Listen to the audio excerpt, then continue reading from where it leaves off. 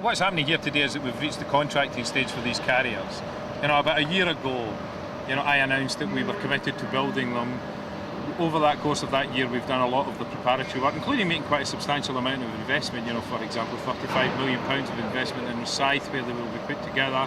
But what we're able to do now, because the joint venture now exists and has for 2 days, is actually sign a contract with it. So we're here to celebrate the fact that the contract has been signed, but not just here.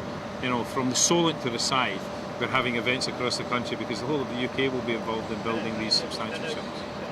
The raw statistics are that the total contract is about £3.9 billion. About 40% of that expenditure will be here in Scotland. That will sustain, at its height, 3,000 jobs here and about 1,600 jobs in Rosyth. This is very good news for Scotland, but the most important part of that is the ability we now have to make a big contribution to future generations in terms of skill training, apprenticeships, giving people in engineering terms and in design terms, and in all the other related skills a future. Well, I think what it gives us is a very big platform from which we can fly 16 different types of aeroplane. That's 16 current different types, never mind what will come in the future. It's a significant step up in capability. The aeroplane itself is quite extraordinary. It's what we call a day one entry aeroplane. It's stealthy. It's got great range. It'll have a suite of weapons on board which can be both surgical and protect the land army when they're ashore. And the Joint Strike Fighter is much bigger than the Harrier. And we're going to carry more of those, which gives us greater reach and much greater punch at a time and place of our choosing.